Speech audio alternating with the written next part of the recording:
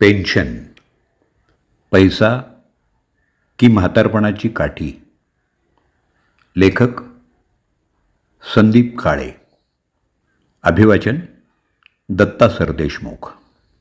Pension, पैसा की म्हातारपणाची काठी.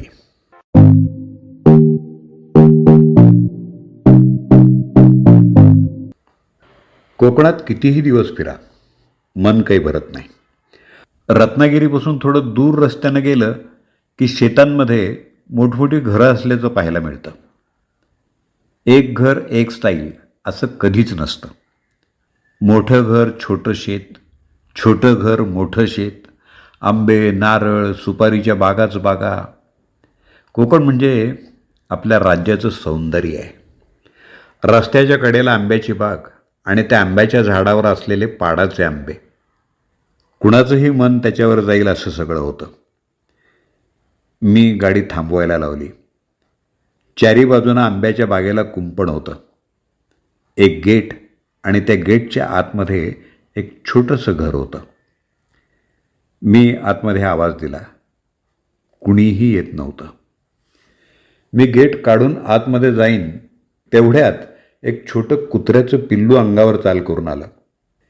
मी अर्ध उघडलेलं गेट बंद केलं.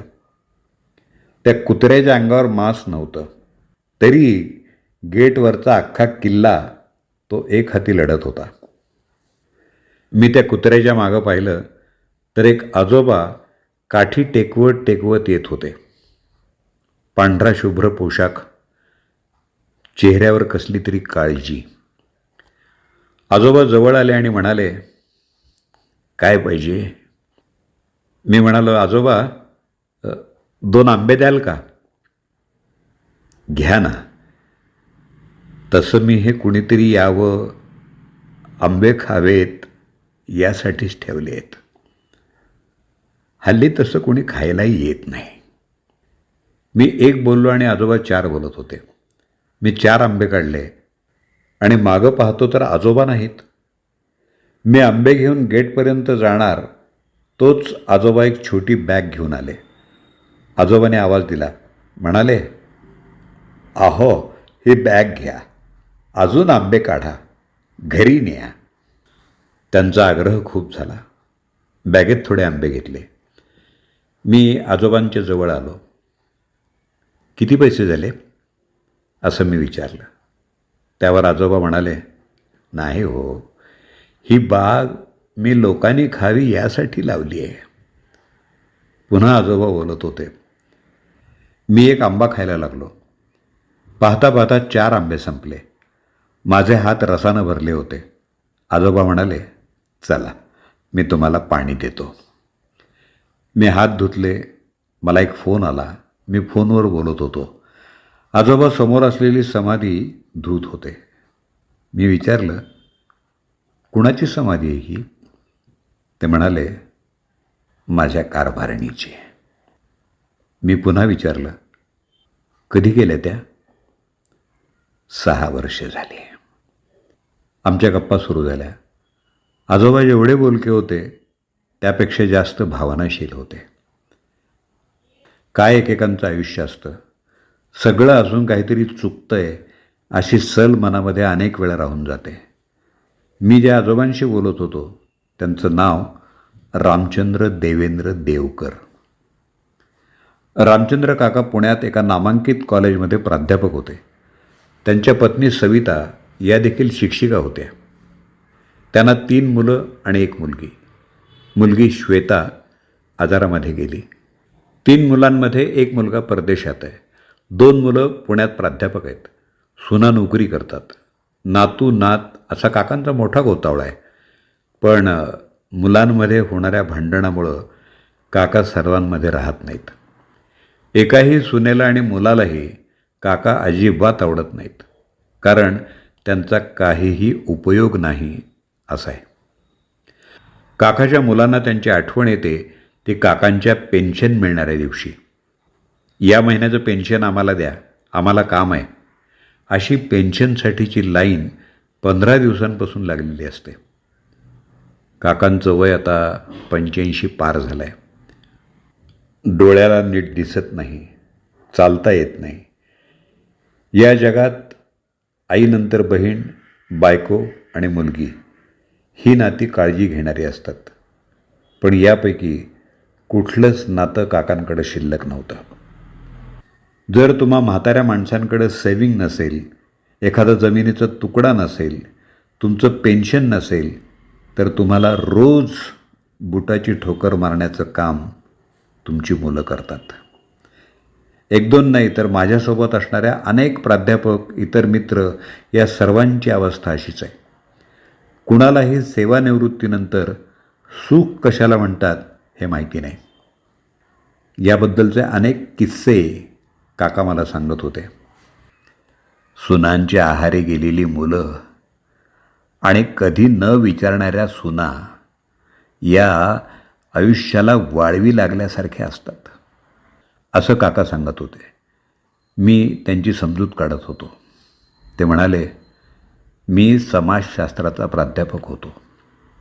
आयुष्यभर विद्यार्थ्यांना मी सामाजिक मूल्य कशी जपायची, आपलं घर, कुटुंब किती महत्त्वाचं आहे ते शिकवलं. माझे अनेक विद्यार्थी समाजशास्त्रामध्ये मोठे संशोधक आहेत. मी सर्वांच्या मनात समाजशास्त्र रुजवण्यात सक्सेसफुल झालो. पण माझ्या मुलांच्या मनात मी समाजशास्त्र रुजवू शकलो नाही. ही माझ्या मनाची खंत आहे. माझी घरी प्रचंड अवहेलना होते आणि हे सर्व पाहुण्या मंडळींना माहिती आहे. मला ते फार वाईट वाटतं. म्हणून मी फारसा सर्वांच्या संपर्कात नसतो. कोणाच्या लग्न कार्यात जात नाही. अलिप्तपणे या शेतात राहतो. माझे समदुःखी असणारे अनेक मित्र इथे येतात. मी म्हणालो, ही जमीन कधी घेतली? माझ्या पत्नीला भाऊ बहीण कोणीच नाही.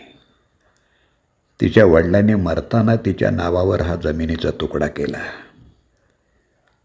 सविताची नेहमी इच्छा असायची, दारात आलेला माणूस कधी उपाशी रिकाम्या हाताने गेला नाही पाहिजे. ती देव कर्माला खूप मानायची. तिच्या मैत्रिणी मुलांना म्हणायच्या,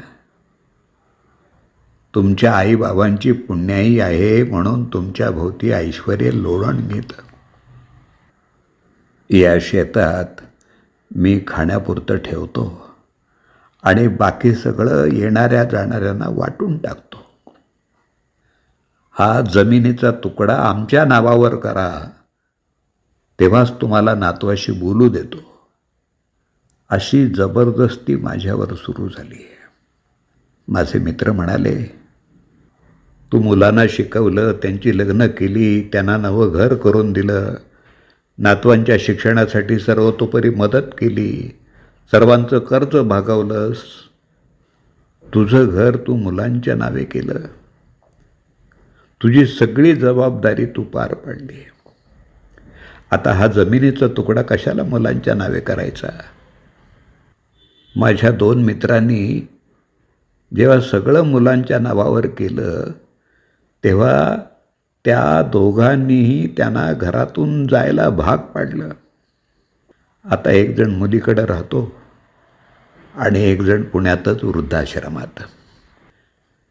काका त्यांच्या मित्रांचे, ओळखीच्या लोकांचे किस्से जेव्हा सांगत होते तेव्हा अंगावर काटा येत होता. या उच्चशिक्षित मुलांविषयी मनात चीड निर्माण होत होती.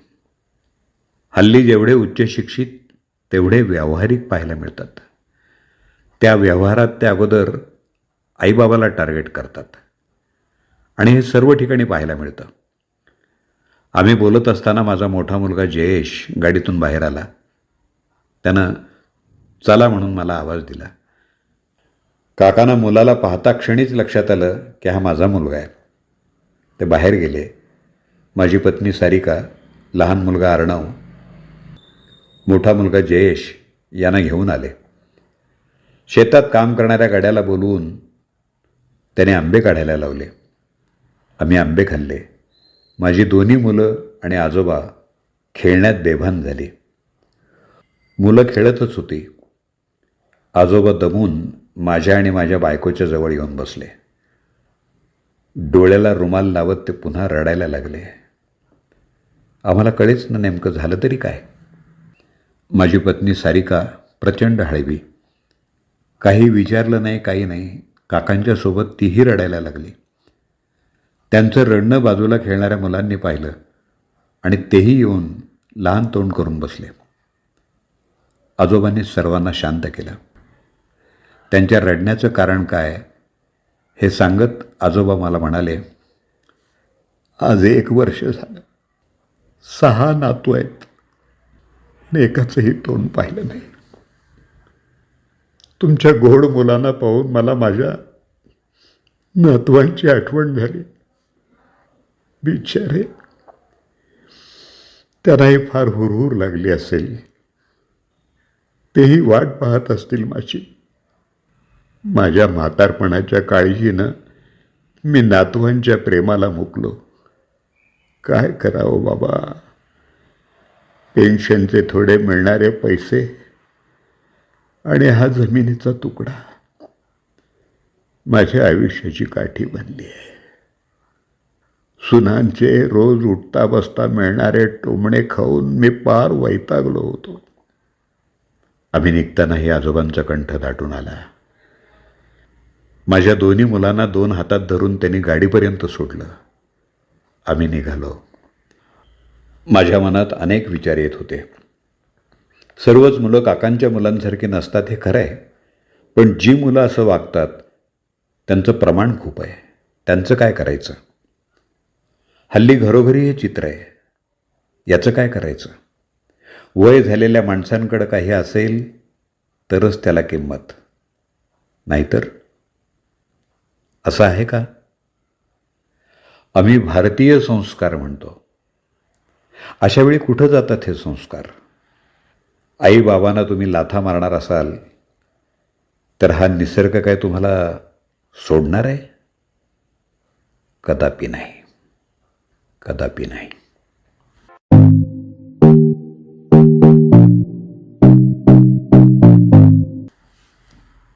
पेन्शन, पैसा की म्हातारपणाची काठी, या सत्यकथेचं वाचन आपण ऐकलंत. लेखक संदीप काळे. त्यांचा मोबाईल नंबर 9890098868.